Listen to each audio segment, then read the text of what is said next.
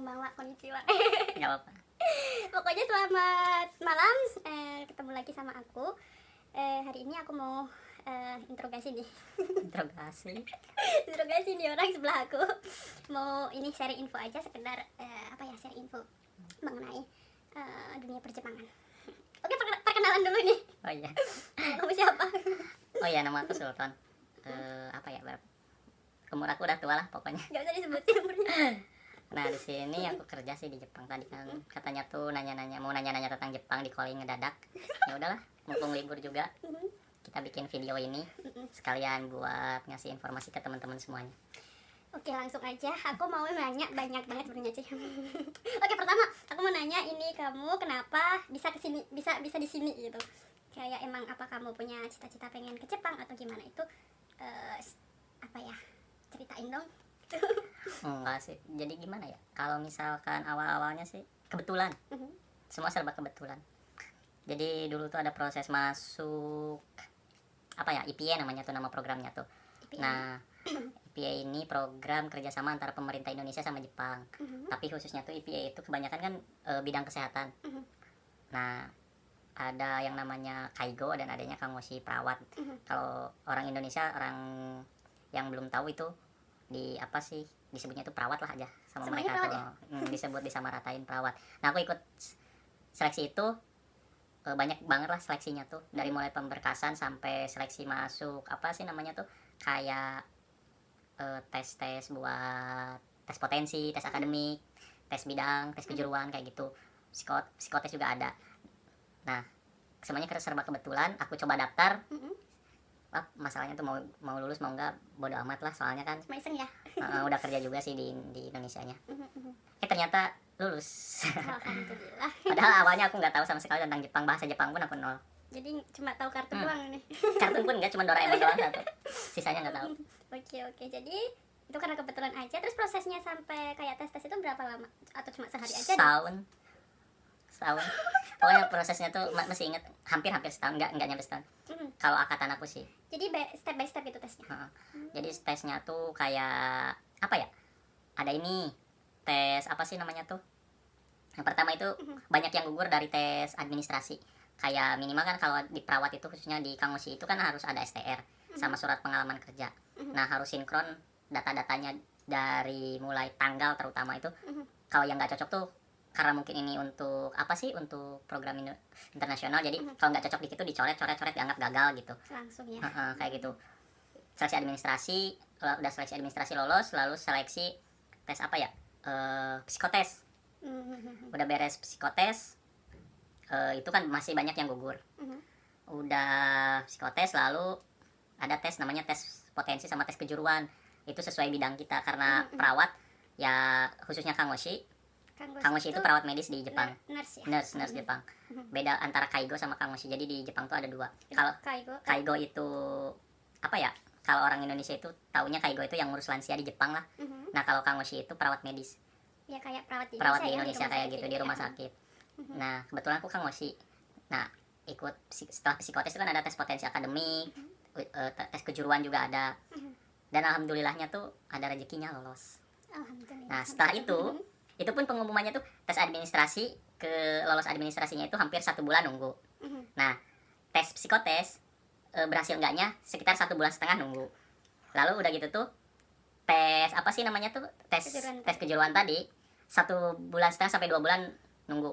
Nah, setelah itu ada yang namanya tuh join interview. Kalau udah lulus ini, yang tadi tes 3 tadi, ada yang namanya join interview, yaitu dari pemerintah Jepang, dari berbagai rumah sakit. Pemerintah Jepang itu ngedatangin berbagai rumah sakit ke Indonesia. Nah, kita tuh kebetulan, saya waktu itu di Crown Hotel Plaza di Jakarta kalau nggak salah namanya tuh, saya ingat aku ya. Nah, kayak gitu. Nah, kita tuh nanti tuh interview, kayak wawancara, ngobrol langsung dengan orang Jepang. Karena saya nol dulu tuh interviewnya itu, apalagi lihat orang-orang yang lain udah pada persiapan, sedangkan aku nol banget. Nah, tapi beruntungnya karena saat itu belum ada syarat buat tingkatan bahasa Jepang yang harus diperoleh, dasarnya harus berapa bahasa Jepang. Kita disediain translator, jadi ada penerjemahnya gitu. Dan interviewnya juga dibantuin lah sama mereka. Udah itu, dan itu pun masih disaring lagi itu dari sekian, pokoknya dari ratus tuh sisa 42 dulu tuh yang masuk join interview tuh. Dari beratus-ratus. Oh, dari yang tadi dari pendokumenan. Dan dokumen itu ratusan. Gitu ya. Sisa 42 orang seingat aku dulu ya. Nah, pas join interview itu ada yang namanya tuh kita proses matching. Proses matching itu job, ya. antara perusahaan di Jepang atau rumah sakit di Jepang dengan kita. Itu sebenarnya untung-untungan soalnya itu tuh dipilihnya diacak pakai komputer. Kebetulan ya dapat itu. Itu tuh diacak pakai komputer. Jadi kayak misalkan si rumah sakit ini tuh ngebutuhin orang dengan kriteria ini. Nah, kebetulan saya misalkan punya kriteria ini di matchingin dan cocok misalkan. Pihak rumah sakitnya cocok ke saya dan saya cocok ke rumah sakitnya, udah klop, kita masuk ke rumah sakit itu. Nah, dari 42 orang yang masuk join interview itu sisa 31. Masih berkurang lagi. Terus Sisa 31 dan 31 itu, dan itu pun pengumumannya tuh sekitar bulan apa ya? Bulan September kalau nggak salah. Pengumuman dari mulai Februari tuh. September baru ada pengumuman beres join interview. Nah, sekitar udah beres join interview itu kita lalu dikarantina selama 6 bulan. Dikasih disekolahin di dekat UI Depok di P4 TK Bahasa namanya tuh, di bawah Kementerian Pendidikan dan Kebudayaan. Nah, 6 bulan, tapi selama 6 bulan kita disekolahin di Indonesia itu, di Jakarta itu kita udah dapat gaji kok. Jadi udah digaji dari pemerintah. Itu bersih karena kita nggak mikirin makan, kita nggak mikirin tempat tinggal, nggak mikirin alat tulis ini itu. Kita tuh pokoknya tuh semua yang masuk karantina itu, kalau orang jauh tiketnya pun, MCU-nya pun diganti semuanya, asal ada resi atau namanya kwitansinya diganti. Makanya itu tuh bener-bener kita cuman belajar aja tapi kita udah dapet gaji. Difokusin untuk belajar aja gitu ya. Dan gajinya juga pakai dolar. Yes. serius gajinya tuh pakai dolar. Nanti aja lah, cari aja pakai dolar Amerika, serius, tapi kursnya disesuaikan dengan pada saat hari itu kita masuk. Jadi misalnya per harinya berapa uang sakunya? Per hari berapa dolar misalkan gitu. Oke. Gitu. Nah, terima udah di sini deh. Berarti setelah Februari terus nunggu September ya? September lalu masuk karantina. Ya? Enggak, masuk karantina November. Nah, November 6 bulan. 6 bulan itu November itu kita November akhir. Nah, kita beres Mei akhir, Juni itu kita masuk Jepang terbang. Terus setelah nyampe Jepang itu langsung kerja atau gimana? Enggak.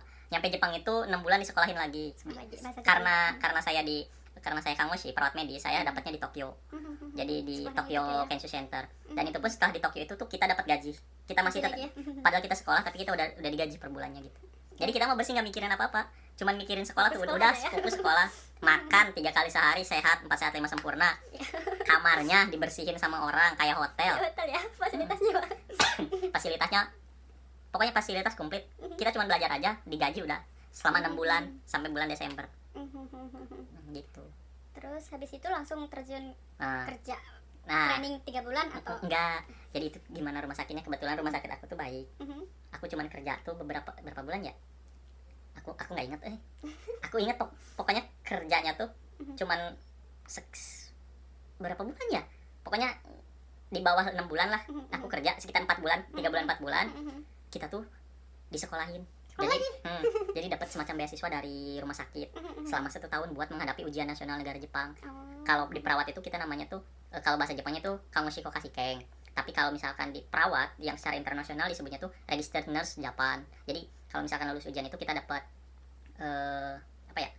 gelar namanya tuh di belakang tuh kayak saya kan awalnya Sultan Aulia Escape Nurse. Nah, karena saya udah dapat lulus ujian di Jepang? Kokashikeng itu negara Jepang, jadi nama saya di belakangnya ditambahin jadi RN Registered Nurse Japan kayak gitu. Betul. Tapi selama di sekolahin itu aku dapat gaji full. Enggak kerja dapat gaji full. Enggak kerja tapi dapat gaji full, sekitar 20 sampai 25 juta dapat lah. Ini. Terus itu harus ada target selama tadi kan 6 bulan dulu sekolah yang pas baru nyampe ke Jepang kan 6 bulan. Sekolahnya itu harus ada target, harus punya N3 atau apa gitu enggak? Kalau di tempatku karena mereka support pendidikan, perusahaan gede juga, mereka punya target. Tidak boleh ada yang tidak lulus N3 minimal. Oh, berarti N3 minimal. Kalau di tempatku. Tapi kebanyakan rata-rata orang asing yang masuk ke tempatku tuh N2, N1. Rata-rata. Udah pegang gitu ya. Udah pegang rata-rata. Mereka udah tahu soalnya udah punya kualifikasi. Jadi kalau kita cuma punya N3 tuh malu. Iya. kalah saing sebenarnya sih. Bukan masalah kalah saing, beban moral aja. Oh. Melihat orang gitu, orang lain bisa di atas kita, masa kita cuma segini gitu. Kalau di perusahaanku sih. Terus yang setelah itu 3 bulan 4 bulan kerja terus sekolah lagi. Sekolah 1 tahun. Itu target N2. Jadi Enggak, bukan target bahasa, tapi ujian. Ujiannya itu kokasikengnya. Kokasikengnya. Kokasikengnya itu setiap tahun atau gimana? Setiap tahun. Kalau kamu sih tiap tahun, tapi kalau Kaigo 3 tahun sekali. Jadi kalau Kaigo itu setelah kerja 3 tahun baru boleh. ya? Tapi kalau kamu sih kerja 1 tahun bisa tiap tahun juga. Gitu sih. Oke. Terus kerjaannya itu kayak gimana sih kalau Kang Gosi? Kamu sih itu sebenarnya tuh ya. Nah, ceritanya aja pas pertama baru. Nah, gimana ya? Karena kita masih kohosha tuh masih peserta gitulah, masih apa ya? Masih anak bawang lah awal-awal mah. Jadi ya kalau kerjaannya sama aja, kerjaannya sama perawat-perawat di Indonesia tentang medis. Cuman karena kita baru anak bawang, kita dibatasin, jadi giomunya itu apa ya? Tugas-tugasnya itu dikasih sama leader kita. Ngerjain ini. Tapi masih dalam ruang lingkup medis. Nah, kebanyakan itu orang Indonesia tuh nggak tahu perawat itu disangkanya tuh perawat lansia aja, panti jompo enggak. Jadi perawat di Jepang itu ada dua jenis disebutnya tuh. Kalau bahasa Indonesia diartiin, ditranslatinya itu misalkan yang satu Kaigo, yang satu Kangoshi. Dua-duanya ini kalau ditranslatin Indonesia artinya perawat. Tapi sebenarnya kalau di Jepang sendiri itu tuh beda. Kaigo sama Kangoshi itu beda. Kalau Kaigo Fukushishi itu ya care worker, caregiver. Jadi kerjanya itu kayak di apa sih namanya tuh, di panti jompo, shisetsu, bisa juga sih di rumah sakit. Dan itu kerjaannya tuh nggak ada hubungannya sama medis sama sekali. Itu tuh jauh dari kata-kata medis. Ya mungkin kalau untuk tanda-tanda vital doang kayak cek suhu nadi kayak gitu bisa lah, tapi untuk yang lainnya nggak bisa. Nah kalau yang satunya itu kan Kaigo, satunya lagi Kangoshi itu perawat medis di Jepang. Ya itu kerjaannya sama kayak perawat-perawat pada umumnya, tentang obat-obat di Indonesia, obat-obatan, tentang infus yang kayak gitulah, penyakit-penyakit gitu. Rehabilitasi juga itu? Enggak ada. Tergantung rumah sakit. Jenisnya rumah sakitnya rumah sakit umum, rumah sakit rehabilitasi, rumah sakit khusus, misalkan rumah sakit khusus kanker itu sama aja kayak di Indonesia. Kerjaannya itu gimana rumah sakit tempat kita kerja gitu. Gitu aja sih kalau perbedaannya yang dua itu. Orang-orang kalau di Indonesia taunya itu Kangoshi, Kaigo itu tuh sama rata perawat. Gitu, padahal beda perawat dan sebenarnya. imajinasinya tuh itu Perawat di lansia. Emang kemungkinan ini nggak banyak yang tahu untuk Kang Gosi mungkin ya. Karena kebanyakan emang Kaigo perawat lansia. Iya, soalnya kalau Kangoshi itu Jepang itu cuman bisa lewat IPA nama programnya teh. Economic Partnership Agreement Indonesia Jepang, sama satu lagi orang asing yang kuliah keperawatan di Jepang. Dan minimal harus punya N1 serta Lulus. itu kan selain IPA harus lulus Kokasikeng juga. Gitu. Baru bisa ganti baru jadi Kangoshi. Ya sama orang Jepang juga kayak gitu kalau nggak lulus. Kebetulan di tempat saya ada satu orang yang nggak lulus Kokasikeng, orang Jepang. Nah dia kerjanya jadinya jadi Kaigo, jadi asisten di tempat saya juga. Padahal orang Jepang. Gitu. Tapi kerjaannya jadi asistennya saya gitu. Jadi gitu sih. Panjang juga ya ini kalau dibahas. Kalau dibahas mah. Ini ada seksi keduanya nanti. Ya udah ini. Minimalnya kayak gitulah. Gambarannya Awal-awal ya, gambar-gambarannya. Kangoshi Nanti sama kalau Kaigo. misalkan ada yang minat itu, misalkan oh iya, IPA Kangoshi sama Kaigo itu syaratnya beda. Kalau Kaigo itu fresh graduate yang baru lulus kuliah bisa daftar. D3 pun.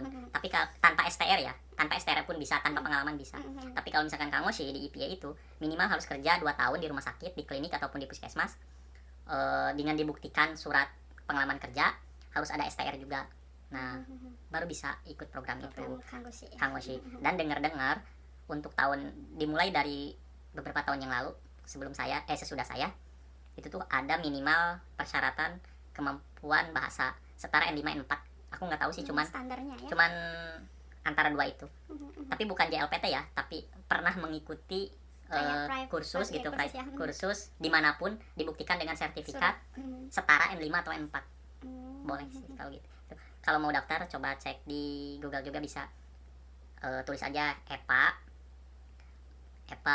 Japan atau EPA perawat Japan, udah nanti keluar. Biasanya itu tuh yang keluarnya itu dari